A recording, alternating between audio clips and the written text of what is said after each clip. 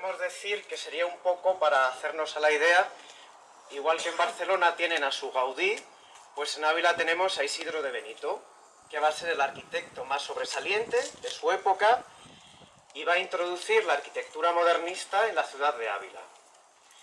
Entonces vamos a visitar, en total son 3 panteones. Yo he escogido los 3 panteones que me parecen más significativos y más bonitos, el total de 7 que va a realizar Isidro de Benito en el cementerio. Y entonces comenzaremos de manera cronológica en el año 1908, es decir, justo a principios del siglo XX, y empezaremos por aquí, que es este edificio tan impresionante, que si se fijan ustedes, casi parece una iglesia románica. Se trata del Panteón de los Condes de Montefrío. Y lo primero que tenemos que explicar es el porqué de este aspecto. ¿Cómo es posible que un edificio que se construye en 1908 tenga la apariencia de una iglesia románica como si estuviéramos en el siglo XII? Entonces vamos a hacer alusión al movimiento romántico, que es un movimiento artístico que se va a desarrollar a partir de la primera mitad del siglo XIX, y lo que va a suponer es la recuperación de los estilos de la Edad Media. Estamos hablando de una época en la cual surge una reacción muy fuerte en contra del racionalismo y en contra de las tendencias clasicistas que habían dominado el siglo XVIII. Entonces se produce una reacción artística que va a reivindicar el arte como algo intuitivo, algo sentimental, y sobre todo la libertad creativa del artista y del arquitecto frente a las imposiciones academicistas que van a caracterizar el siglo XVIII. Lo que hay que señalar muy interesante para comenzar es que en este caso la cripta es mucho más grande que la capilla que vemos. No se dejen ustedes engañar, aunque la capilla parezca más pequeñita, en el subterráneo es un mausoleo amplísimo. De hecho, prácticamente llega más o menos por esta línea, la cripta, y otro tanto por la otra parte, para que se hagan una idea. Y lo que primero, si vemos esta fachada, yo creo que el elemento que más puede sorprender al principio es un elemento decorativo que envuelve toda la fachada, que es un reloj de arena con unas alas que abrazan la puerta. Esto es un símbolo muy recurrente en los cementerios católicos de toda Europa, y esto lo que simboliza es la fugacidad de la vida terrenal. Es un símbolo que se deriva de otro anterior del siglo XVII, XVIII, que era una calavera con alas. Bueno, aquí han sido más amables y nos han puesto un reloj de arena en vez de la calavera. Aquí tienen la ruta histórica. Vale, pues comenzamos. ¿Por dónde comenzamos? Intentaremos que por el principio. Me presento, soy Sergio. Muchas gracias a todos por vuestra asistencia, al Ayuntamiento por hacer estas jornadas, en especial a Sonsoles. Y bueno, comenzar con el cementerio. Al principio la gente se enterraba en las iglesias, pero a partir del siglo XIX, sobre todo por cuestiones higiénicas, y las disposiciones que hay es que se prohíbe enterrarse a la gente en las iglesias, y los cementerios son de propiedad municipal. El primer cementerio municipal que tiene Ávila estaba situado en la iglesia de Nuestra Señora de la Cabeza, que tenía poco más de 6.200 metros cuadrados, y rápidamente se hizo insuficiente, y se proyecta un nuevo cementerio, que es en el que estamos, hacia el ensanche norte de la ciudad, y se inaugura en 1890. Decir que aquí este cementerio sigue en uso, todos tenemos a alguien aquí, es un sitio de respeto, y señalar que en este cementerio no hay, aunque hay nobles, por así decirlo, las familias de gran tradición noble están enterradas, se siguen enterrando en sus panteones familiares dentro de las iglesias o de los monasterios, como por ejemplo el Marqués de Piedrasalva, que está enterrado en el convento de las Madres. Por el contrario, hemos dicho que se inaugura en 1890, pues a finales del siglo XIX, principio del siglo XX, son estas familias aristocráticas, son las que predominan en vida, tienen gran poder económico, ensalzan su posición social viviendo en aquellas zonas que antes vivía la aristocracia, incluso la nobleza, ocupando los palacios, como el Palacio de los Verdugos, el Palacio de los Velada, etcétera, etcétera. Y también se van a querer distinguir para vencer el olvido y perpetuarse la memoria en el cementerio. Y van a coger justamente en la avenida principal en la que estamos y van a erigirse estos panteones familiares que van a ser para su recuerdo y su memoria. También decirles que, ya que estamos aquí, la avenida principal la flanquean los cipreses, que es un árbol muy ligado a los cementerios. Hay quien dice que la forma de sus ramas hacia arriba es como para llevarse las almas a los cielos, pero también hay que señalar que sus ramas crecen hacia abajo y no perjudican a las lápidas ni a nada, aparte que es una hoja perenne y requiere de pocos cuidados. Lo que vamos a hacer son breves pinceladas por esas familias elitistas de la élite de finales del siglo XIX y del XX, y por eso vamos a ir en ruta haciendo pequeñas paradas en los panteones de estas familias. Así que les invito a acompañarme en este paseo. Si me vais a permitir, voy a sacar una chuleta. Antes me han dado una piedra, por favor no me las tiren. Si no sé dónde dejarla ahora, así que... Bueno, la familia que me voy a referir en primer lugar, a ver si me coloco esto, es la familia Boín. La familia Boín comienza a mediados del siglo XIX con saltos a Boín Coronel, que era originario de Sepúlveda de Segovia, dedicado al comercio de las lanas, y tenía una pequeña tienda en Ávila. Y este negocio de las lanas, unido a una buena política matrimonial, le hacen ascender socialmente rápidamente, y va a tener cuatro hijos. Laureana, que se va a casar con un gran terrateniente, Valentín Sánchez Monje, originario de Cabezas del Villar. Vicenta, casada con Ildefonso Bernardo de Quirós. Este apellido se repetirá también, está muy unido a la ciudad de Ávila. Enrique y Mariano. La tumba de Enrique y sus descendientes está situada justamente allí, la podéis ver. No es Enrique Aboín Martín, es el posterior. Y este Enrique, casado con Rafaela Moreno, va a tener 3 hijos. Decir que, bueno, lo tenía que haber dicho antes, perdón por estos lapsus. Estas familias que hacen fortuna van a tener propiedades, sobre todo por dedicarse a la compra de bienes desamortizados y por agricultura y por ganadería. Lo cual, dedicarse a estas labores les dejaba mucho tiempo libre y se dedicaban principalmente a la política. Por tanto, todas estas familias las vamos a encontrar en política municipal como alcalde, presidente de la Diputación, diputado por Cortes, senador, etc. Pues se enraizó con otras familias como los Castillo, como los Aboín, con todos, que va a ser la familia de los Paz. También, cuando comienzo a hablar de la familia, siempre nos estamos retrotrayendo hacia mediados del siglo XIX, y comenzamos con Bonifacio Paz González, que se casó con María del Pilar Serrano. Esta María del Pilar Serrano era hija de, no recuerdo el nombre, del Serrano, que empezó la fábrica de paños y estameñas en Ávila, a principios del siglo XIX, que después será la fábrica de harinas. Pues bien, este Bonifacio y María del Pilar tuvieron 7 hijos. No me voy a detener en los 7 hijos que tuvieron, solamente en 2 por las relaciones que tienen junto con otras familias. Por un lado, Manuel de Paz, que se casó con Filomena Herrera en primeras nupcias, que era nieta de el mayor comprador de bienes desamortizados y por tanto una de las grandes fortunas de Ávila. Tuvieron como hijo a Bonifacio Paz Herrera, que fue principalmente alcalde de Ávila y otras veces diputado y senador, y además casado con Dolores Sánchez Albornoz. Se vuelve a repetir el apellido de Sánchez Albornoz. ¿Quiénes tuvieron como hija? Pues bien, tuvieron a Amalia Paz Sánchez Albornoz, que, si me recordé hace un momento, estaba casada con Enrique Aboín Martín.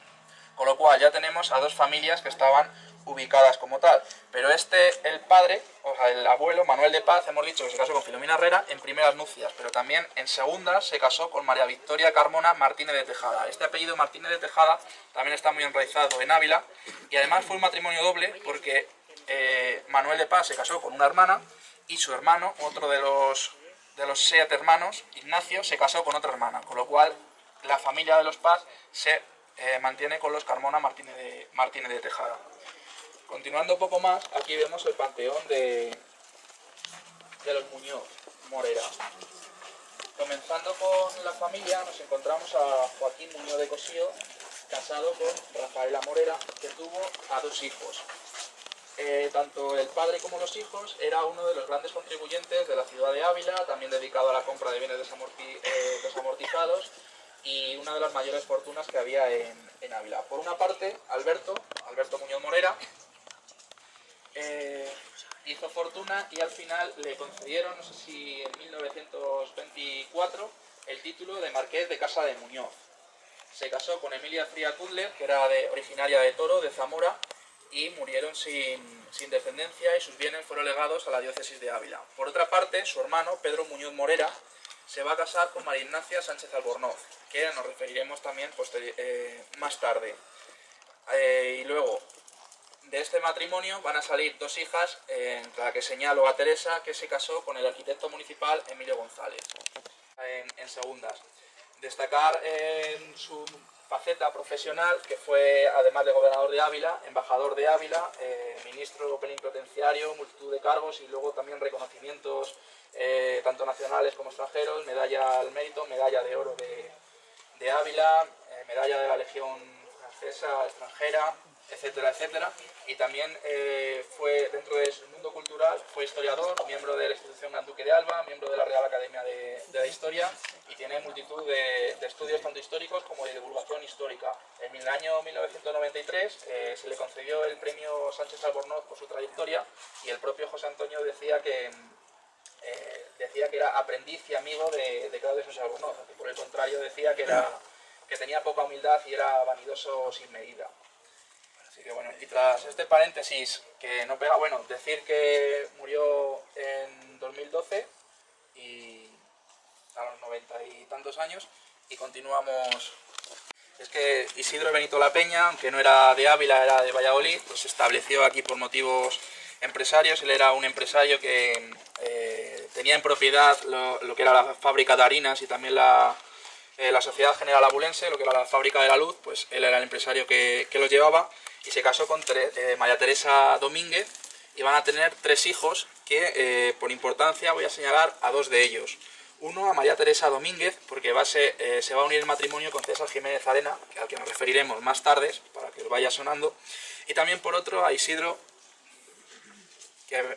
Benito Domínguez, al que se va a hacer referencia. Bueno, habéis venido con la visita de Miguel, os he hecho referencia, que fue el arquitecto diocesano, arquitecto municipal, que ha hecho varios edificios como la Banca Paradinas, el edificio de allí, y también la multitud de los panteones de por aquí.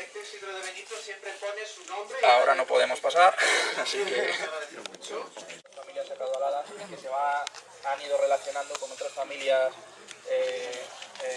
que hemos visto, pues como los Paz, los Castillo, los Arena, Sánchez de Albornoz, etc. El oscuro no, el claro, es el panteón del Marqués de Arenas. El Marqués de Arenas, antes me he referido a César Jiménez Arenas, que estaba casado con una hija de Benito La Peña, con María Josefa. Bueno, pues este César Jiménez Arenas es quien mejor representa en esta burguesía incipiente que ha ido creciendo y se ha consolidado hasta ser el tipo más popular y el empresario de éxito de Ávila.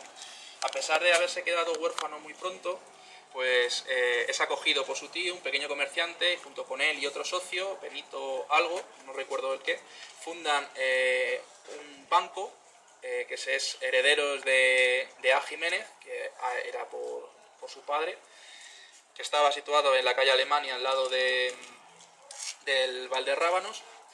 Y esta banca, aunque empieza como banca, también aglomeraba otro tipo de empresas como una empresa de tabacos, una imprenta, una panadería, una lavandería, es decir, bastantes empresas con todo. Pues con esta banca, y vais a tener el privilegio de que lo cuente porque se me olvida contarlo en la otra charla, le van a premiar por sus éxitos económicos con el Marquesado de Arenas. Es el Marqués de Arenas. Tenía multitud de propiedades en Ávila, etcétera, y tenía su residencia, que parte la pasaba en Madrid, en el Mercado Grande. Pues bien, en 1924 se une por así decirlo, con quien era su rival, porque tenía otra banca, que era San Román, y se juntan en 1924-1925 y van a crear la Banca Abulense, que a pesar de ser Banca Abulense, su sede estaba situada en San Sebastián. ¿Por qué? Por motivos estratégicos. Esto le valió hacia 1940 porque los bancos les tenían muchos problemas para abrir sucursales, y es que el Banco Santander que conocíamos, no se podía instalar en Madrid. Entonces, a través de la Banca Abulense, compró la Banca Abulense en 1942 y por eso pudo instalarse en Madrid. Así que una parte del Banco Santander se lo debe a este señor, y seguro que a muchos otros, a César Jiménez Arenas, que era prácticamente el personaje de más éxito que refleja en toda esta visita.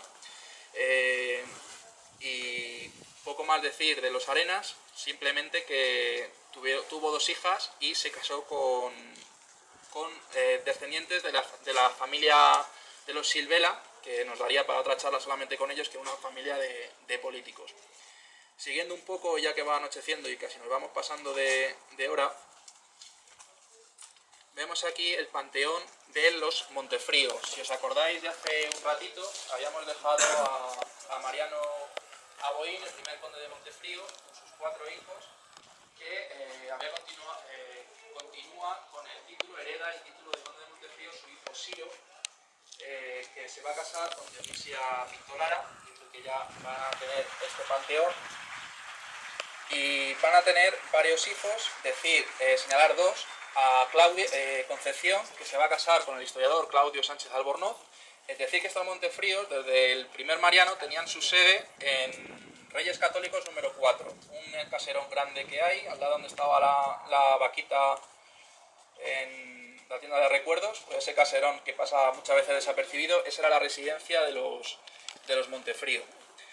Y el otro hijo al que voy a hacer referencia es Mariano Aboín Pinto, que es el que hereda el título de conde de Montefrío, y así a su hijo y a su hijo, que es el actual conde de Montefrío, que se llama Mariano Aboín y Masíe. Y ya para acabar, vamos para allá, junto a la familia de los Sánchez Albornoz. Hemos pasado al lado de la familia Salvadiós, que está aquí, también se enraiza con otras familias como los Paz y con los Castillo, panteón propio de Juan José de Paz y familia, que fue un personaje distinguido, llegó a ser gobernador de Ávila en 1874, cuando fue la primera república, era republicano. Y luego, por último, aquí el panteón de la familia Sánchez Albornoz. Quizá el personaje más conocido es Claudio Sánchez Albornoz, el historiador, que no está enterrado aquí, sino en el claustro de la Catedral de Ávila, al lado de Adolfo Suárez. Decir de esta familia Sánchez Albornoz que, a tener unos orígenes comerciales, dedicado a un almacén de madera, pues poco a poco se van a dedicar a la política. Todos prácticamente se van a dedicar a la política, encontrándolos como alcaldes, como de presidente de la Diputación, diputados, senadores, etcétera. Poco más que decir de toda esta saga de Miguel Ángel Sánchez Albornoz, Claudio Sánchez Albornoz, Nicolás Sánchez Albornoz, que era el padre del historiador, y por último, para llegar a Claudio Sánchez Albornoz y a su hermana María Ignacia, que estaba también casada con Pedro Muñoz Morera de antes. Y poco más que decir de toda esta visita. Es mucho más lo que me gustaría contarles y dejar aburrirles un poco más, pero bueno, nada más que decir. Muchas gracias por su visita, espero que les haya gustado, y aunque ya el sol se va, recordar que La sombra del ciprés es alargada, como la novela de Miguel Delibes, que transcurre en gran parte en este cementerio. Muchas gracias. Bach, ¿no? Juan Sebastián Bach en tus manos.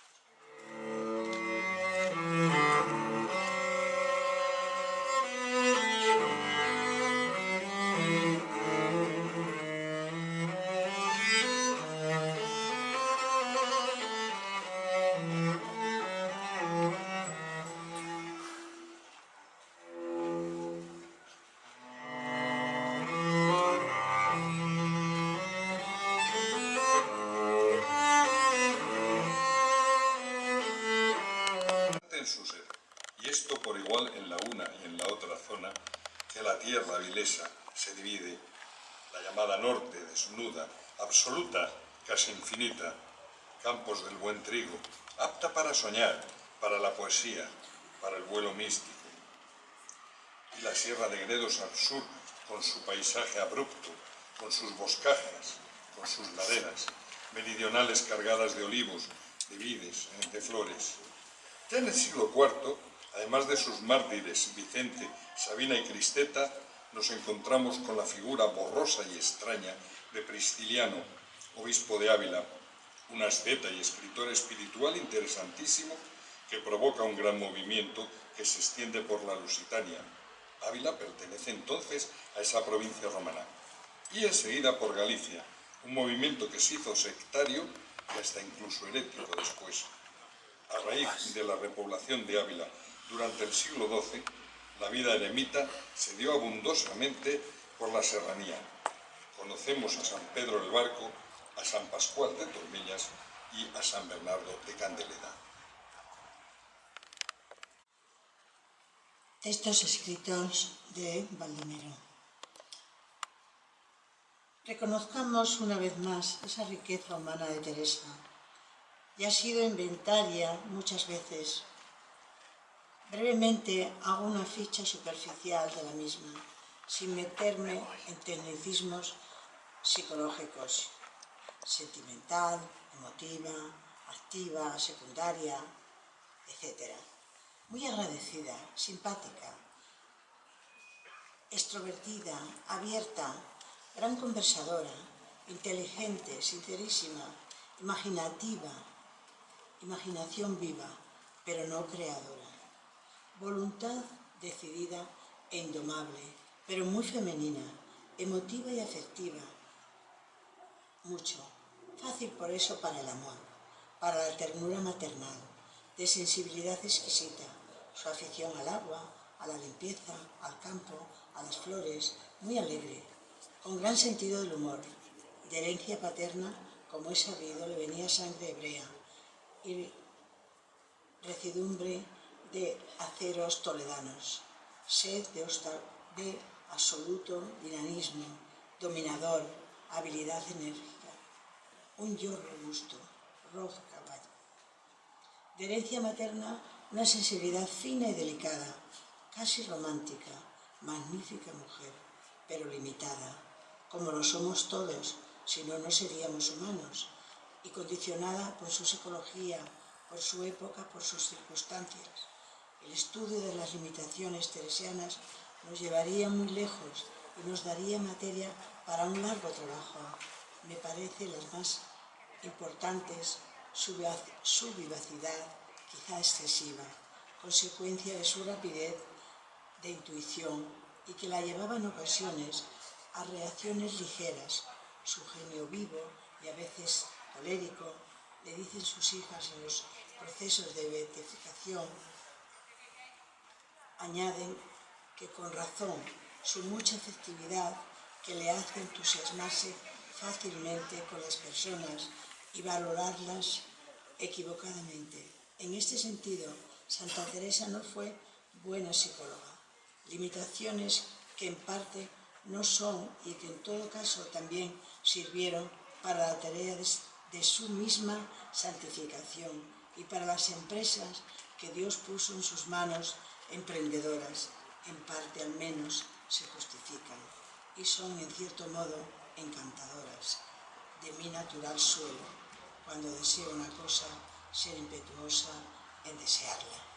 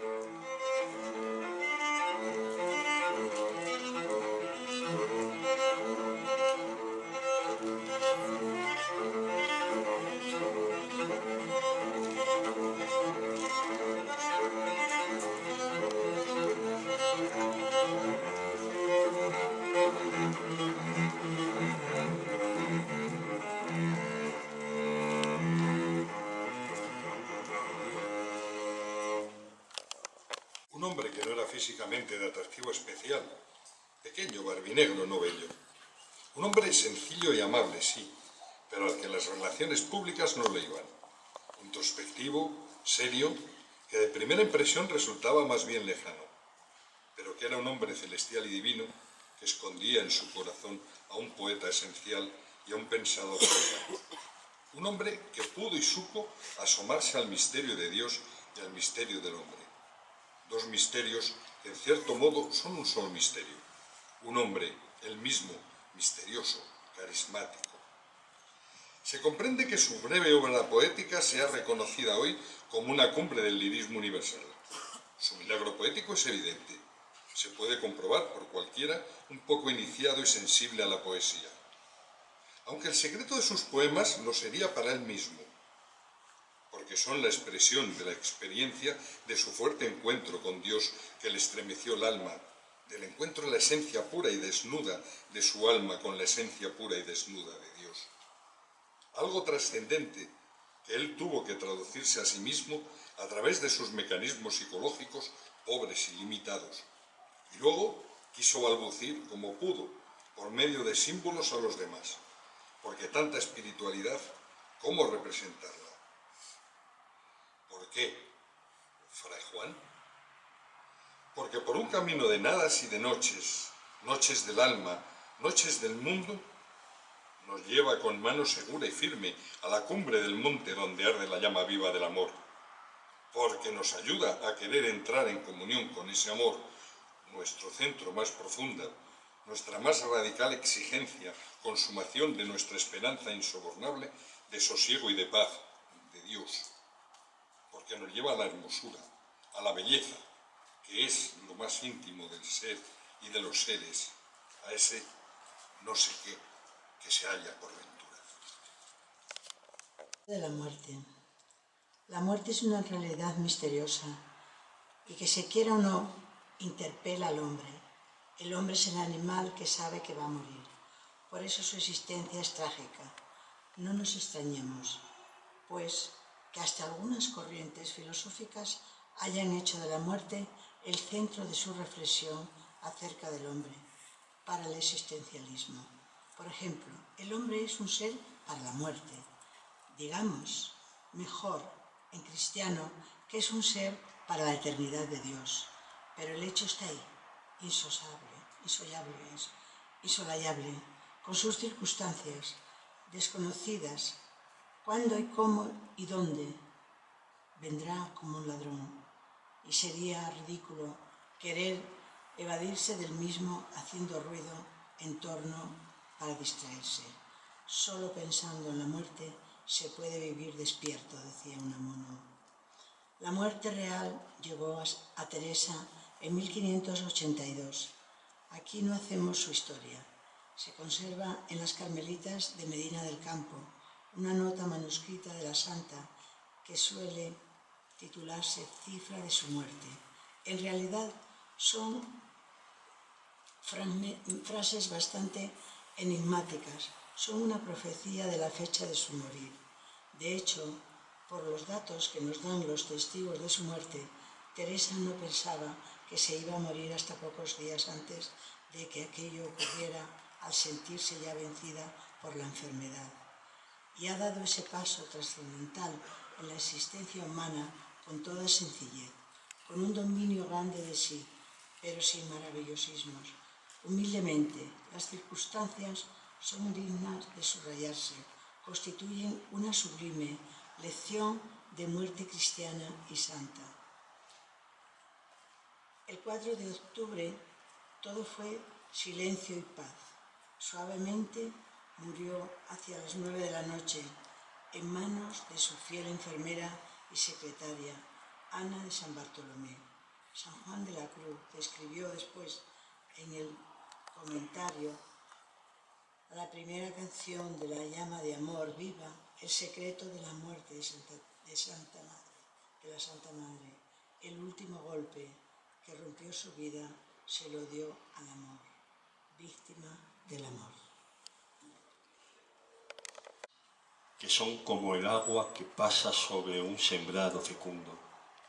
vidas que entregan en su verdad y en su silencio una luminosa lección del alma, una transparente mirada sobre el hombre que le deja el temblor del misterio y le despierta frente a la noche oscura, más oscura, cuando alienta una luz en la clara mañana. Hay vidas que son la participación del ser en la existencia verdadera y que añaden el ejemplo a la sombra desnuda sobre los hechos generosos de su paso. Y esas vidas son como un espejo donde al mirarnos nos asombra el fulgor que nuestros ojos sienten y nos regalan una quietud de pájaros, un silencio que puede hablarnos al oído del corazón. Hay vidas, como la tuya, que son como un jardín de luna, que a pesar de la oscuridad brillan y nos alientan el camino cuando estamos perdidos. Y entonces, con esa sabiduría que nos alumbra, conoceremos dónde se esconde la claridad, dónde habita la paz que adentro siente la grandeza de un vivir tan intenso. Hay vidas como la tuya que al descender sobre nosotros nos llenan de su secreta senda oculta hasta llegar a la cima de las cosas, hasta enseñarnos a vivir de otra manera. Y para terminar, el homenaje a don Baldomero de Sheila, en la música, el canto de los pájaros. Y aquí ya